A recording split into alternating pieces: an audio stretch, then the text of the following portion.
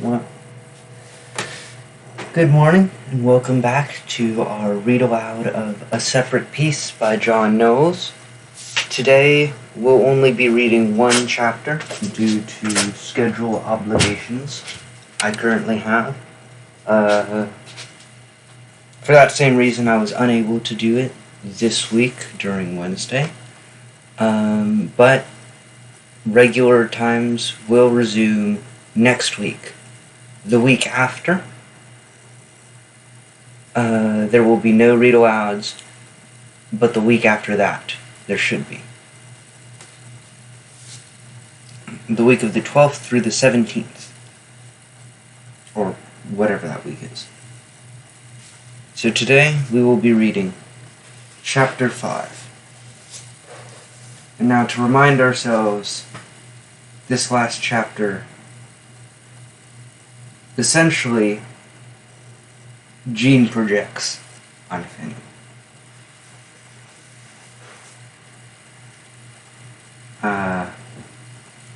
Oh yeah, and Jean broke Finney.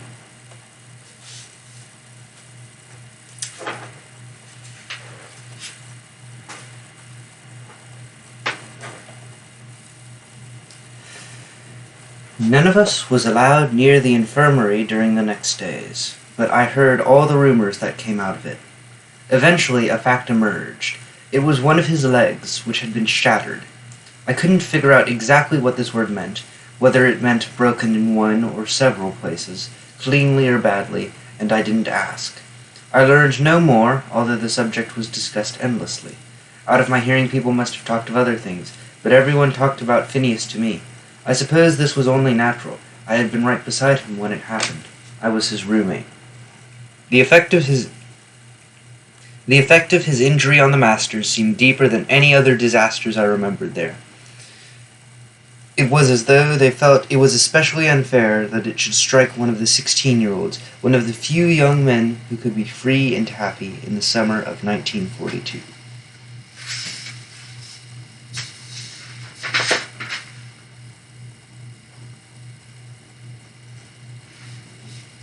I couldn't go on hearing about it much longer. If anyone had been suspicious of me, I might have developed some strength to defend myself, but there was nothing. No one suspected. Phineas must still be too sick, or too noble, to tell them. I spent as much time as I could alone in our room, trying to empty my mind of every thought, to forget where I was, even who I was. One evening when I was dressed for dinner in this numbed frame of mind, an idea occurred to me, the first with any energy behind it since Finney fell from the tree. I decided to put on his clothes. We wore the same size, and although he criticized mine, he used to wear them frequently, quickly forgetting what belonged to him and what to me. I never forget, that evening I put on his cordovan shoes, his pants, and I looked for and finally found his pink shirt, neatly laundered in a drawer, its high, somewhat stiff collar against my neck, the wide cuffs touching my wrists, the rich material against my skin, excited a sense of strangeness and distinction. I felt like some nobleman, some Spanish grande, or grandee, whichever it may be.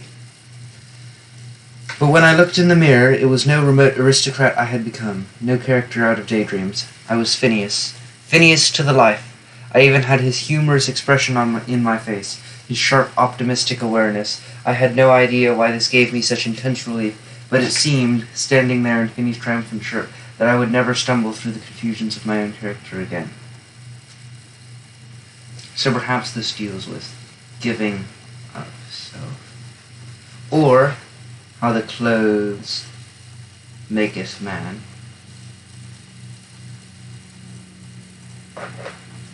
Like that one scene in Kingsman, except that's manners. Perhaps in this case, putting on the clothes would mean something, symbolically.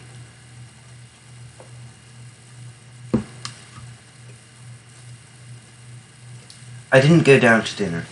The sense of transformation stayed with me throughout the evening, and even when I undressed and went to bed. That night I slept easily, and it was only on waking up that this illusion was gone, and I was confronted with myself and what I had done to Finney. Sooner or later it had to happen, and that morning it did. "Finney's better," Dr. Stanpool called to me on the chapel steps over the organ recessional thundering behind us. I made my way haltingly past the members of the choir with their black robes flapping in the morning breeze, the doctor's words reverberating around me. He might denounce me there before the whole school. Instead, he steered me amiably into the lane leading toward the infirmary. He could stand a visitor or two now, after these very nasty few days. And see, we see here, like, Jean is encountering some, like, well, of course some guilt, but in such a way that colors his view of how everybody else acts. "You don't think I'll upset him or anything?" "You? No. Why? I don't want any of these teachers flapping around him, but a pal or two, it'll do him good. I suppose he's still pretty sick. It was a messy break. But how is he feeling? I mean, is he cheerful at all, or—" "Oh, you know Finney." I didn't. I was pretty sure I didn't know Finney at all, and Jane would be right about that. "It was a messy break," he went on, "but we'll have him out of it eventually. He'll be walking again." "Walking again?" "Yes," the doctor didn't look at me and barely changed his tone of voice. "Sports are finished for him, after an accident like that, of course." And here we see, because Finney was really into sports. Now, I'm expecting that Finney will bounce back from this. He'll blow it off, and he'll see it as simply another thing in life, and that's what I'm thinking. However, what could also happen is Finney is entirely crushed by this and turns into a shell of himself, but I don't expect that to happen. "But he must be able to," I burst out. "If his leg's still there, if you aren't going to amputate it, if you aren't, are you? Then if it isn't amputated and the bones are still there, then it must come back the way it was. Why wouldn't it? Of course it will." And then see here, Jean can't accept that. And I figure Finney will. But we'll see. Dr. Stanpool hesitated, and I think glanced at me for a moment. "Sports are finished. As a friend, you ought to help him face that and accept it. The sooner he does, the better off he'll be. If I had the slightest hope that he could do more than walk, I'd be all for trying for everything. There is no such hope. I'm sorry, as of course everyone is. It's a tragedy, but there it is." I grabbed my head, fingers digging into my skin, and the doctor, thinking to be kind, put his hand on my shoulder. At his touch, I lost all hope of controlling myself. I burst out crying into my hands. I cried for Phineas and for myself, and for this doctor who believed in facing things.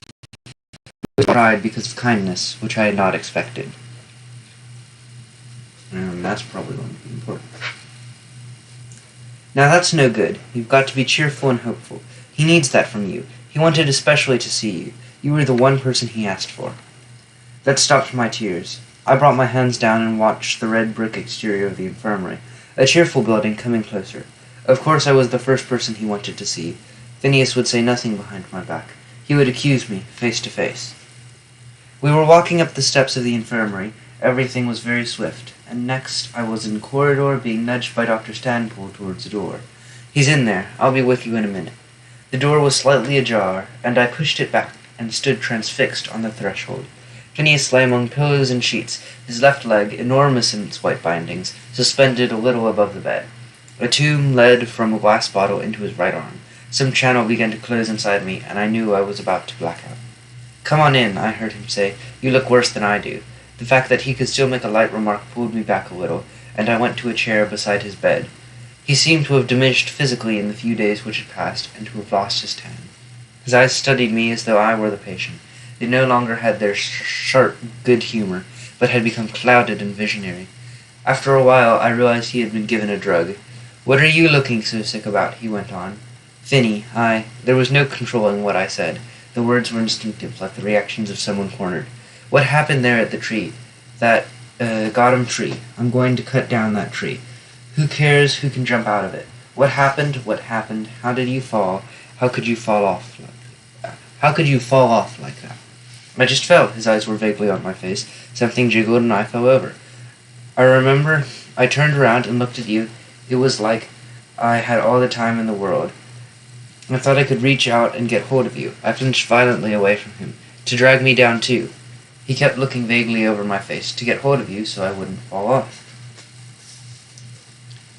And here we see Jean being very... sort of seeing things, again, projecting. Believing the entire world works. The world works in the way he thinks.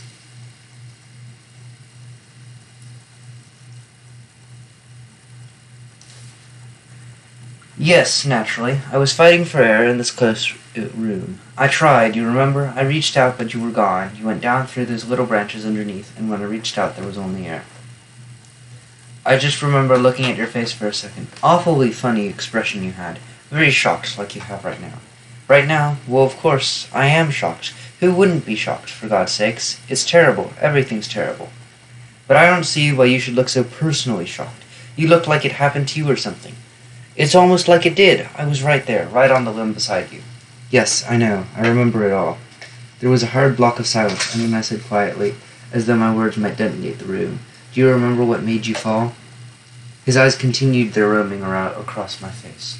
I don't know. I must have just lost my balance. It must have been that. I did have this idea, this feeling that when you were standing beside me, I don't know. I had a kind of feeling. But you can't say anything for sure from just feelings, and this feeling doesn't make any sense. It was a crazy idea. I must have been delirious, so I just have to forget it. I just fell. Here we see Finney expects the best.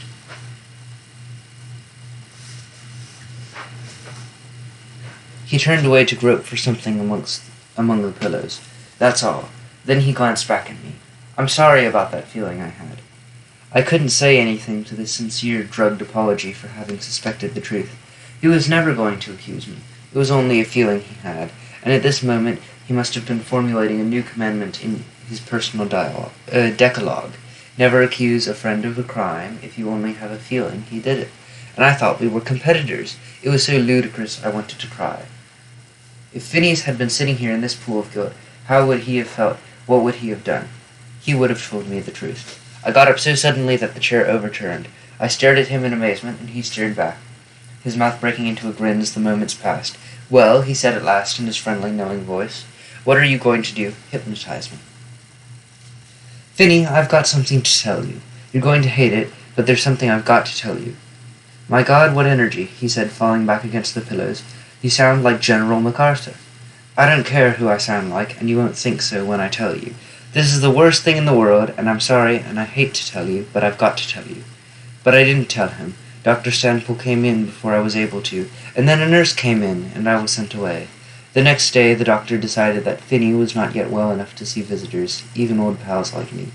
Soon after, he was taken in an ambulance to his home outside Boston. The summer session closed, officially came to an end, but to me it seemed irresolutely suspended, halted strangely before its time. And this would mean without resolve.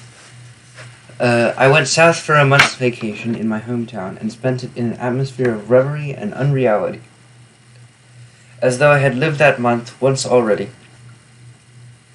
and had not been interested by it in the first time either. At the end of September, I started back toward Devon on the jammed, erratic trains of September 1942. I reached Boston 17 hours behind schedule.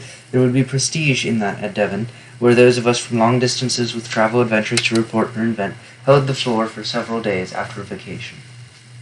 By luck, I got a taxi at South Station, and instead of saying North Station to the driver, instead of just crossing Boston and catching the final train for the short last leg of the trip to Devon, instead of that, I sat back in the seat and heard myself give the address of Finney's house on the outskirts. We found it fairly easily, on a street with a nave of ancient elms branching over it. The house itself was high, white, and oddly proper to be the home of Phineas. It presented a face of definite elegance to the street, although behind that wings and ells dwindled quickly in formality until the house ended in a big, plain barn. Nothing surprised Phineas. A cleaning woman answered the door, and when I came into the room where he was sitting, he looked very pleased and not at all surprised. So you are going to show up. His voice took off in one of its flights. And you brought me something to eat from down south, didn't you? Honeysuckle and molasses or something like that? And then here we see Jean again feeling just that conscience, it might be. Or perhaps some other force. And perhaps Dr. Stanpool coming in might mean something. And then over here we have an aha moment.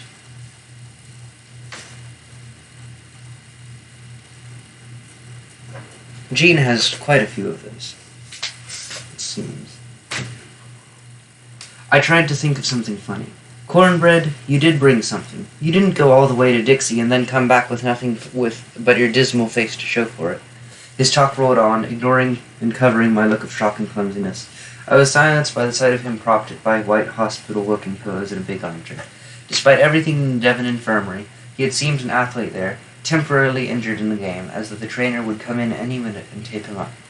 Propped now before a great New England fireplace on this quiet old street, he looked to me like an invalid, housebound. Whoops. Perhaps the degeneration of the body? Of the body. And that's breaking. She says, I never remember to bring anyone anything. I struggled to get my voice above this self-accusing murmur. I'll send you something. Flowers or something. Flowers? What happened to you in Dixie anyway? Well then, there was no light remark anywhere in my head. I'll get you some books. Never mind about books. I'd rather have some talk. What happened down south? Here we see again, Finney cares for people. As a matter of fact, I brought out all the cheerfulness I could find for this. There was a fire. It was just a grass fire out behind our house. We took some brooms and beat it. I guess what we really did was fan it because it kept getting bigger until the fire department finally came. They could tell where it was because of all the flaming brooms we were waving around in the air, trying to put them out. Finney liked that story, but it put us on the familiar, friendly level, pals trading stories. How was I going to begin talking about it? It would not be just a thunderbolt. It wouldn't even seem real. Not in this conversation, not in this room. I wished I had met him in a railroad station, or at some highway intersection. Not here. Here the small window panes shone from much polishing, and the walls were hung with miniatures and old portraits. The chairs were either heavily upholstered and too comfortable to stay awake in, or early American and never used.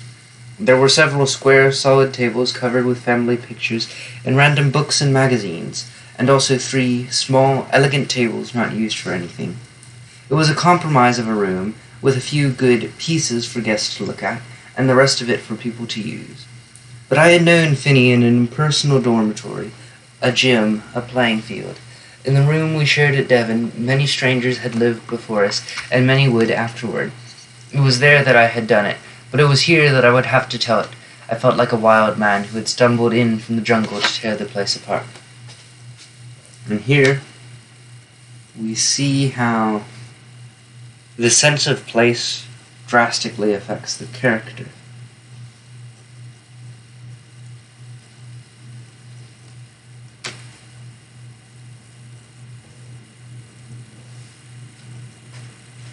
But I had known, I moved back in the early American chair. Its rigid back and high armrests immediately forced me into a righteous posture. My blood could start to pound if it wanted to. Let it. I was going ahead. I was thinking about you most of the trip up. Oh yeah? He glanced briefly into my eyes. I was thinking about you and the accident. There's loyalty for you to think about me when you were on a vacation. I was thinking about it. About you because I was thinking about you and the accident because I caused it. Finney looked steadily at me, his face very handsome and expressionless. What do you mean, you caused it? His voice was as steady as his eyes. My own voice sounded quiet and foreign. I jounced the limb. I caused it. One more sentence. I deliberately jounced the limb so you would fall off. He looked older than I had ever seen him. Of course you didn't. Yes, I did. Of course you didn't do it. You damn fool. Sit down, you damn fool. Of course I did. I'm going to hit you if you don't sit down. Hit me. I looked at him. Hit me. You can't even get up. You can't even come near me. I'll kill you if you don't shut up. You see, kill me. Now you know what it is. I did it because I felt like that. Now you know yourself. I don't know anything. Go away. I'm tired and you make me sick. Go away. He held his forehead wearily, an unlikely way. It struck me then that I was injuring him again. It occurred to me that this could be an even deeper injury than what I had done before. I would have to back out of it. I would have to disown it. Could it be that he might even be right? Had I really and definitely and knowingly done it to him after all? I couldn't remember. I couldn't think. However it was worse for him to know it. I had to take it back. And here we see what happens when one of life goes against Finney's internal structure.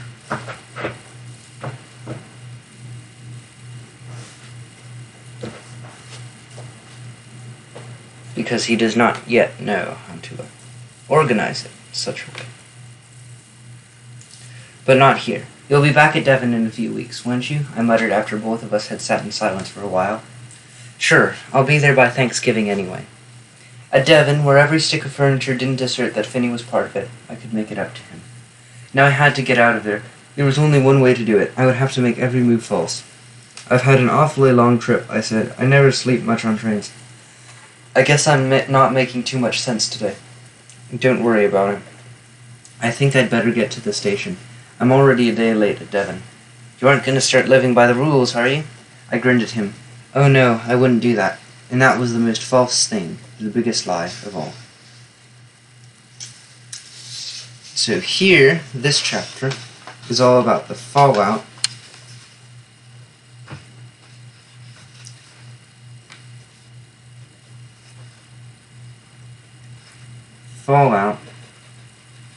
of the fall. I guess, pun intended. Then Gideon admits. Finney struggles. And we haven't yet seen how Finney is going to react to sports, so we're expecting to see Finney's reaction to sports either totally breaks him, or, and this is what I think, he sort of blows it off, moves on with life.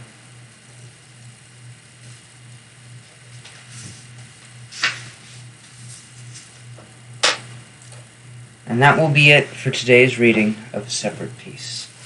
Thank you for joining me. And the next live stream will be next Wednesday at this very time, 11 a.m.